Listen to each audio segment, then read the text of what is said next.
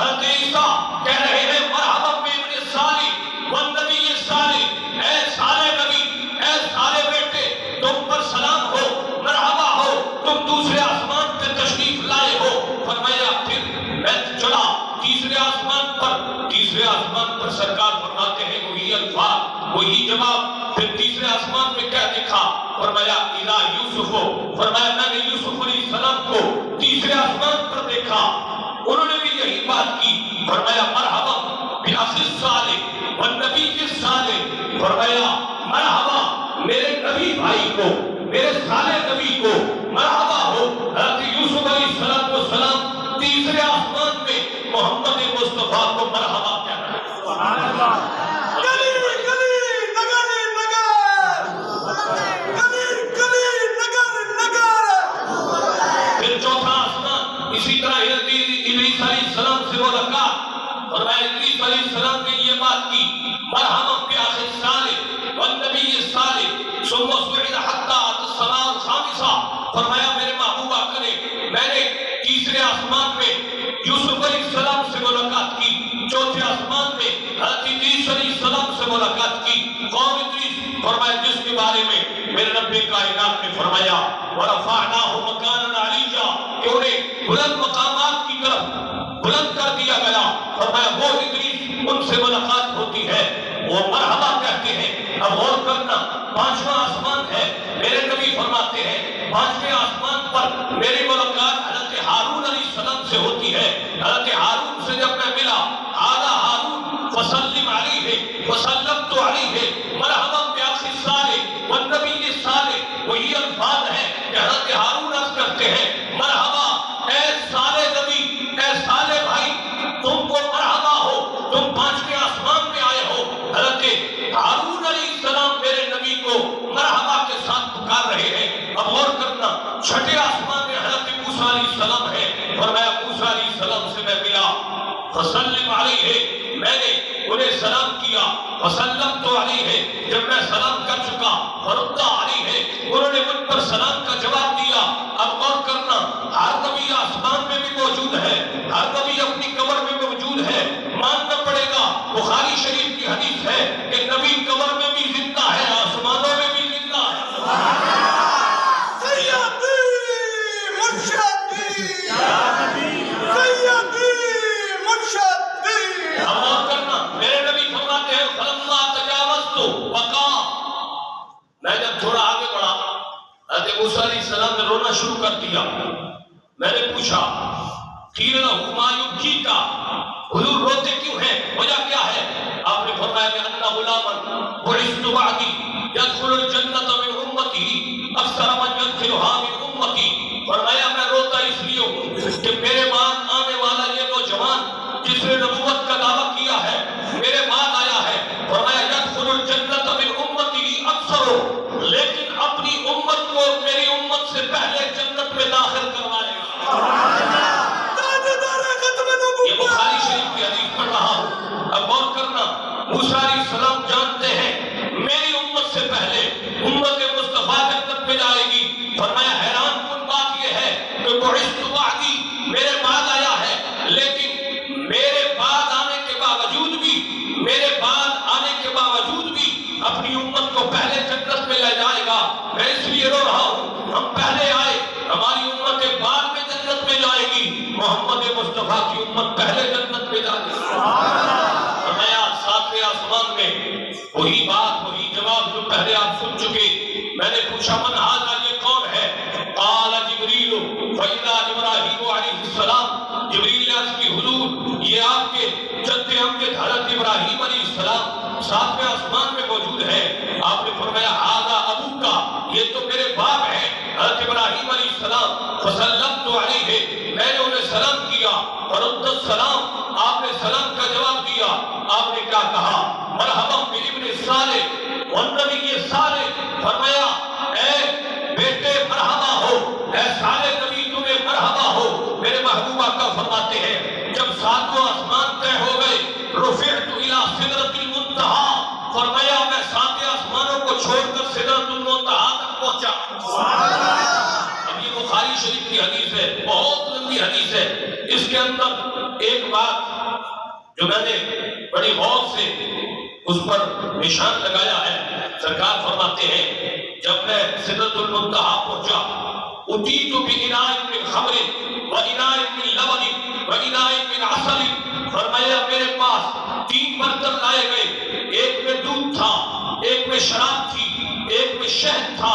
میرے محبوب آقا فرماتے ہیں میں نے دودھ کو لے لیا، فاخذت اللبن، میں نے دودھ کو لے لیا۔ جبریل نے عرض کی اعلیٰ یہ الفطرۃ، آپ نے دین اسلام کو قبول کیا ہے۔ یا رسول اللہ اگر آپ شراب لیتے آپ کی امت شراب کی طرف چلی جاتی، اگر آپ اصل لیتے تو امت صرف شہد کی طرف جاتی۔ فرمایا آپ نے دودھ لیا ہے جو اسلام اور دین کی طرف اشارہ کرتا ہے، فرمایا اس دودھ کی برکت سے آپ کی امت اسلام اور دین پر رہے گی۔ سبحان اللہ۔ آج جسے کلمہ نصیب ہو رہا ہے، جو کلمے پر قائم ہے، یہ برکات ہے معراج کے رات کی دودھ کی، کہ جو محمد مصطفیٰ نے امت کے لیے دودھ کو پیا۔ جہاں تک دنیا قائم ہے، جو کلمہ پڑھے گا میرے نبی کے دودھ کا اثر اس کے کلمے میں بھی جائے گا۔ سبحان اللہ۔ سیدی مرشدی، سیدی مرشدی۔ اب غور کیجیے، سرکار فرماتے ہیں ثم فرضت علی الصلاة الخمسین صلاة کل یوم، فرمایا معراج کی رات رب نے مجھے تحفہ دیا۔ اب حضور نبی رحمت شفیع امت صلی اللہ علیہ وسلم اللہ کے حضور تشریف فرما ہے۔ علماء نے یہاں وضاحت کی سدرۃ المنتہا تک جبریل گئے، آگے نبی پاک نے فرمایا جبریل آگے چل۔ شیخ عبدالحق محدث دہلوی اشیاء اللمعات میں لکھتے ہیں آپ نے فرمایا جبریل نے عرض کی یا رسول اللہ اس سے آگے جاؤں میرے پر چل کر راکھ ہو جائیں گے، میں آگے نہیں جا سکتا۔ شیخ عبدالحق محدث دہلوی نے جہاں بڑے عشق والی بات کی، فرمایا یہ جبریل تھا جو اس مقام پر رک گیا، اگر یہاں ابو بکر ہوتا فرمایا چل جاتا لیکن نبی کی سنگت نہ چھوڑتا۔ گلی گلی نگر نگر، گلی گلی نگر نگر۔ میرے محبوب آقا جب 7ویں آسمان کو کراس کرتے ہیں، پیچھے سے موسیٰ علیہ السلام رو رہے ہیں، کیوں شاعر کہتا ہے بہت اونچے گئے موسیٰ تو کوہ طور تک پہنچے، اٹھے جو حضرت عیسیٰ دوسرے فلک تک پہنچے، نظر والو ذرا دیکھو محمد کی بلندی کو، نظر والو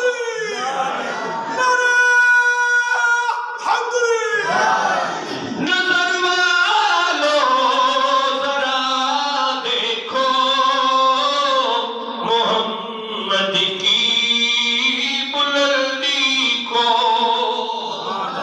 رب کائنات کے حضور جب میرے محبوب آقا پہنچے، میرے رب نے 50 نمازوں کا تحفہ دیا۔ 50 نمازوں کا تحفہ، فرمایا فرضت علیہ الصلاۃ 50، بخاری شریف کی حدیث کے اندر موجود۔ میرے محبوب آقا نے 50 نمازوں کا تحفہ جب لیا، پیچھے مڑے، حضرت موسیٰ علیہ السلام سے ملاقات ہوتی ہے۔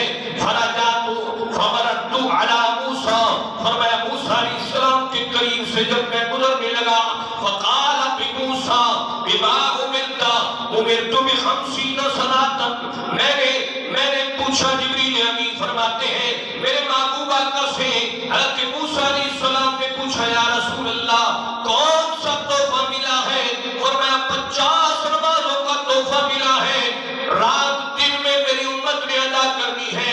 موسیٰ علیہ السلام وہاں قبر کے اندر موجود ہے، ادھر دوسرے آسمان میں بھی، ادھر 7ویں آسمان میں بھی موجود ہے۔ عرض کی پیارے آقا ان امتک لا تستطیع 50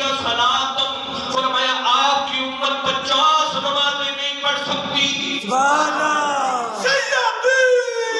مرشدی سیدی مرشدی.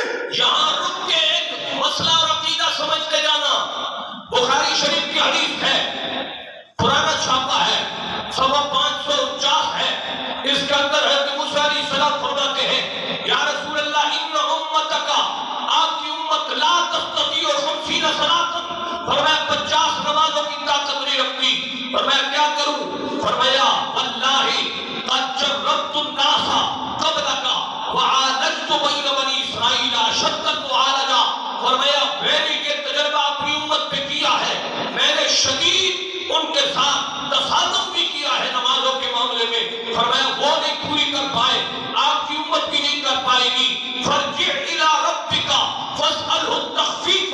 فرمایا عرض کی یا رسول اللہ واپس لوٹیے رب کی جانب اور جا کے نمازیں کم کروائیے. اب یہاں غور کرنا، موسیٰ علیہ السلام قبر میں موجود ہیں. اب عقیدہ سمجھنا، عقیدہ جو لوگ کہتے ہیں قبروں والے مر گئے ہیں کچھ کر نہیں سکتے. میں نے کہا موسیٰ علیہ السلام قبر میں موجود ہے، ادھر چھٹے آسمان میں موجود ہے. میرے نبی کو فرماتے ہیں 50 نمازیں ملی ہے، زیادہ ہے، تخفیف کروائیے، کمی کروائیے. اب یہاں ماننا پڑے گا، اگر قبر والے کا وسیلہ نہ مانو تو 50 کم نہیں ہوتی.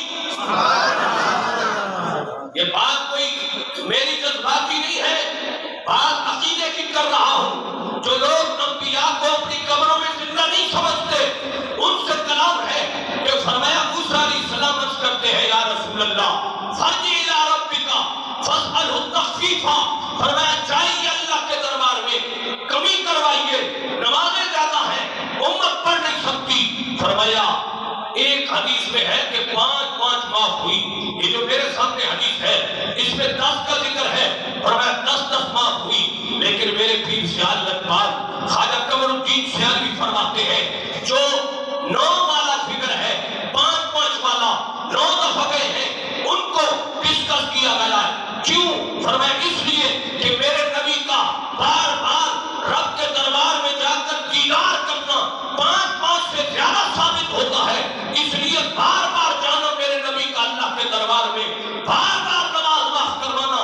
فرمایا اس حدیث کو زیادہ پڑھا جائے کیونکہ ایک دیدار تو وہ ہو گیا جو پہلے ہو گیا.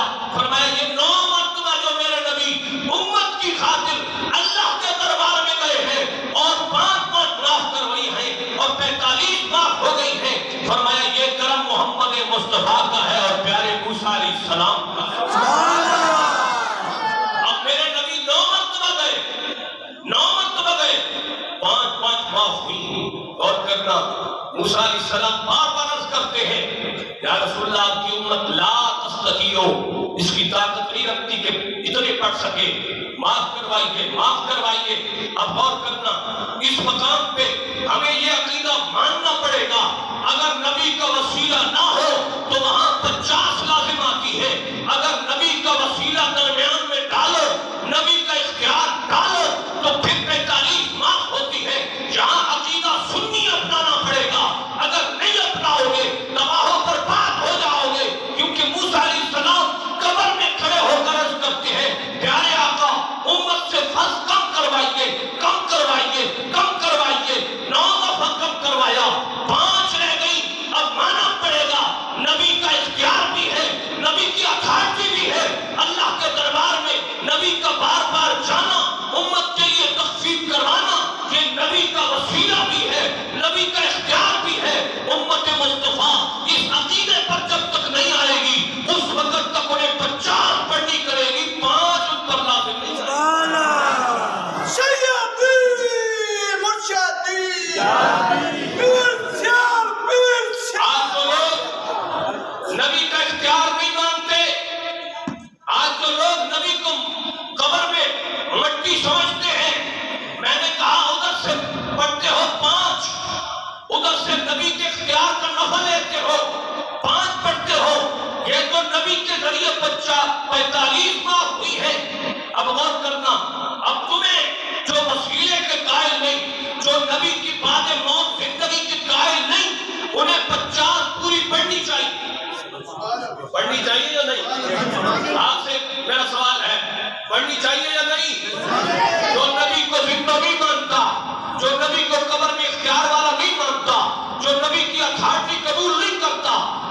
45 نبی کے اشارے سے معاف ہو رہی ہے، دربار الہی میں جا جا کے معاف کروا رہے ہیں، اب انہیں 50 پڑھنی پڑے گی۔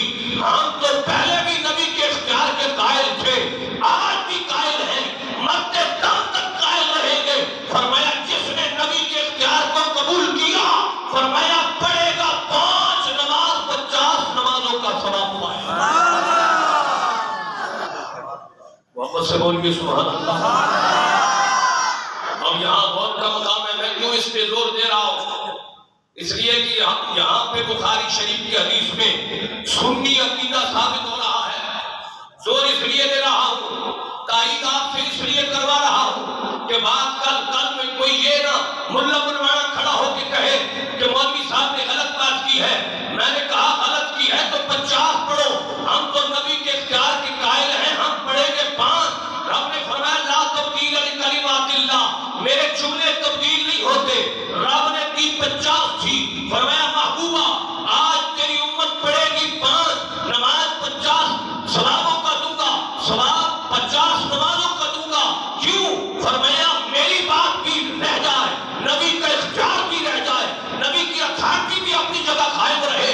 فرمایا جو نبی کو مانتا ہے وہ 5 پڑھ کر 50 کا ثواب لے گا، جو نبی کے اختیار کو نہیں مانتا اسے چاہیے 50 پوری پڑھے۔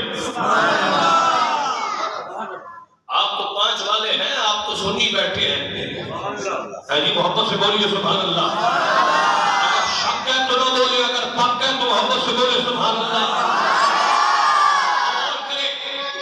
اب اور کرے اس مقام پر میرے نبی لے کے آئے 50 نمازیں، موسیٰ علیہ السلام نے کم کروائی 45 نمازیں۔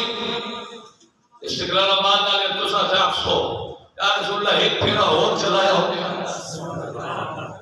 اس کا کام بھی بہت بڑھ گیا، ان جیسا پڑھنی ہے ٹانگی ہیں۔ میرے نبی نے فرمایا آگے الفاظ سنیے، دل دہل جائے گا۔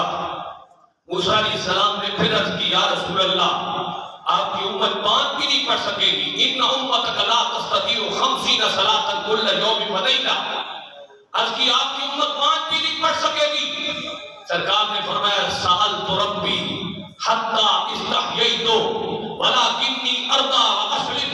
فرمایا میں اپنے رب کی رضا پہ راضی ہوں، فرمایا اب مجھے شرم آتی ہے رب کے دربار میں، فرمایا وہ میرا امتی کیسا جو 5 بھی نہ پڑھ پائے، فرمایا 5 پر جو میرا امتی راضی نہ ہو وہ میرا امتی کیسا ہے۔ اب بتائیے ہم امتی ہونے کا نعرہ بھی لگاتے ہیں، امتی ہونے کے لیے ہاتھ بھی اٹھاتے ہیں، امتی ہونے کے لیے محبت کے دعوے بھی کرتے ہیں، دوسری جانب کہتے ہیں ہم سے یہ کام سنبھالا نہیں جاتا، ہم جھوٹ بول لیں گے، سنت نہیں رکھیں گے، ہم جھوٹ بول لیں گے، وعدہ وفائی کرنا ہمارا کام ہے۔ لیکن یاد رکھنا میرے محبوب فرماتے ہیں ولکنی ارضی واسلم، فرمایا رب کے اس قانون پہ میں راضی ہوں، میں رب کو سلام پیش کرتا ہوں کہ اس نے کام کر کے 5 کر دی۔ فرمایا اب جو میرا امتی ہوگا وہ میری سنت کو اور میرے طریقے کو مرتے دم تک قائم رکھے۔ اب اور فرمائیے، اب اور کیجئے اس مقام پر۔ علماء نے بہت ساری وضاحتیں بیان فرمائی ہیں۔ فرمایا جب میرے محبوب آقا صبح کے وقت تشریف لائے، آپ نے فرمایا میں نے 7 آسمانوں کی سیر کی ہے، میں نے بیت المقدس کو دیکھا ہے۔ کافروں نے کہا اب معاملہ خراب ہوگا، کوئی بندہ مسجد حرام سے بیت المقدس تک جائے، فرمایا 1 مہینے کا سفر ہے، آتے جاتے 2 مہینے کا سفر ہے، اب محمد پکڑا جائے گا۔ لوگوں نے بلایا کفار کو، کہا دیکھو نبی نے یہ دعویٰ کیا ہے، راتوں رات مسجد حرام تک بھی گئے ہیں، عرش معلیٰ تک بھی گئے ہیں، لامکان تک بھی گئے ہیں۔ ام ہانی نے عرض کی یا رسول اللہ لوگ آپ کا جھوٹ مانیں گے، لوگ آپ کو تانے دیں گے، یہ بات نہ کرے۔ سرکار بیت الحرم میں چلے گئے، میرے محبوب آقا نے فرمایا لوگوں سنو، اللہ رب العزت کا محمد دیدار کر کے بھی آیا ہے، 5 نمازیں لے کے بھی آیا ہے۔ اب غور کرنا، کفار نے جھٹلا دیا، راتوں رات یہ معاملہ نہیں ہو سکتا، جو ہی انہوں نے جھٹلایا ادھر سے رب کائنات کا قرآن آیا۔ سبحان اللہ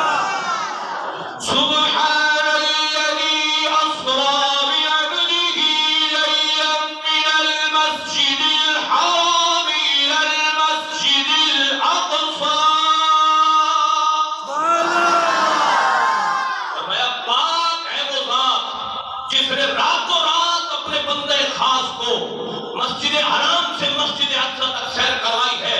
میرے نبی نے فرمایا اب بتاؤ اللہ کا قرآن ہے۔ ابو جہل نے جا کے پکڑا صدیق اکبر کو، کہا سنا ہے تیرے نبی نے عجیب دعویٰ کیا ہے۔ فرمایا کیا دعویٰ کیا ہے؟ فرمایا دعویٰ یہ کیا ہے کہ راتوں رات مشرق اللہ میں گئے ہیں، اللہ کا دیدار کیا ہے۔ سیدنا ابوبکر صدیق نے فرمایا اگر میرے نبی محمد مصطفیٰ نے یہ دعویٰ کیا ہے تو یہ دعویٰ سچ ہے، حق ہے۔ صدیق اکبر اس پر مہر لگاتا۔ اب غور کرنا، میرے محبوب آقا کو کفار نے بٹھا لیا اور میں اب بتائیے، ایک بندے کو بلایا گیا جس نے مسجد اقصی دیکھی تھی۔ فرمایا بتائیے اس بندے نے مسجد اقصی دیکھی ہے، اس کے دروازے کتنے ہیں، اس کی کھڑکیاں کتنی ہیں، اس کے روشن دان کتنے ہیں، اس کے ستون کتنے ہیں، اس کی صفیں کتنی ہیں۔ اب کوئی بندہ مسجد میں آئے، کوئی صفیں گننے کے لیے نہیں آتا، کوئی دروازے گننے کے لیے نہیں آتا، کوئی ستون گننے کے لیے نہیں آتا۔ میرے نبی تو مسجد اقصی میں نماز پڑھانے گئے تھے۔ اب کفار یہ سوال کر دیا، میرے رب نے فرمایا جبریل جلدی جا کے مسجد اقصی کو فلسطین سے اٹھا کر میرے نبی کے سامنے جا کے رکھ دے۔ فرمایا جو میرے نبی دیکھتا جائے گا مسجد اقصی کی کھڑکیاں بھی بتائے گا، مسجد اقصی کے دروازے بھی بتائے گا، ستون بھی بتائے گا، روشن دان بھی بتائے گا۔ اب غور کرنا، میرے نبی کے لیے مسجد اقصی کو جبریل نے اٹھا کے دائیں حرکم کے سامنے رکھ دیا۔ میرے نبی فرماتے ہیں مجھے تھوڑا سا بوجھ آیا، لیکن جو ہی جبریل نے سامنے رکھا، یا رسول اللہ دیکھتے جائیے، بتاتے جائیے، رب نے آپ پہ کرم کیا ہے۔ اب اس مقام پر میرے نبی نے مسجد اقصی کی صفوں کی گنتی بھی بتا دی، ستونوں کی گنتی بھی بتا دی، اور مسجد اقصی کے دروازے بھی بتا دیے، مسجد اقصی کے روشن دان بھی بتا دیے۔ آپ نے فرمایا فلاں رات کو میں گیا ہوں، اس کا دیدار کیا ہے۔ اب کفار کے منہ میں مٹی گئی، انہوں نے کہا باتیں تو اس نے ٹھیک کی ہے۔ سیدنا ابوبکر صدیق نے اعلان کیا اللہ اکبر، اگر باتیں ٹھیک ہیں تو محمد مصطفیٰ کو مان بھی دو۔ سیدی مرشدی یا نبی، سیدی مرشدی یا نبی، میرا جو رسول پر حقی سمجھو،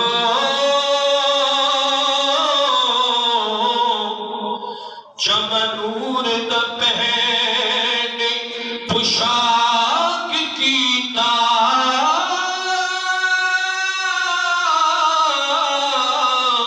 جتھے وہم گمان دی جانا ہی، سیر اتھوں تک نبی پاک کیتا، جتھے وہم گمان دی جانا ہی، سیر اتھوں تک نبی پاک کیتا۔ اللہ رب العزت میرے نبی کے معراج سے اس معجزت کو ماننے کی توفیق نصیب فرمائے، اور اللہ رب العزت ہم سب کو سرکار کے ساتھ والے محبت نصیب فرمائے۔ وعلیہ البلاغ۔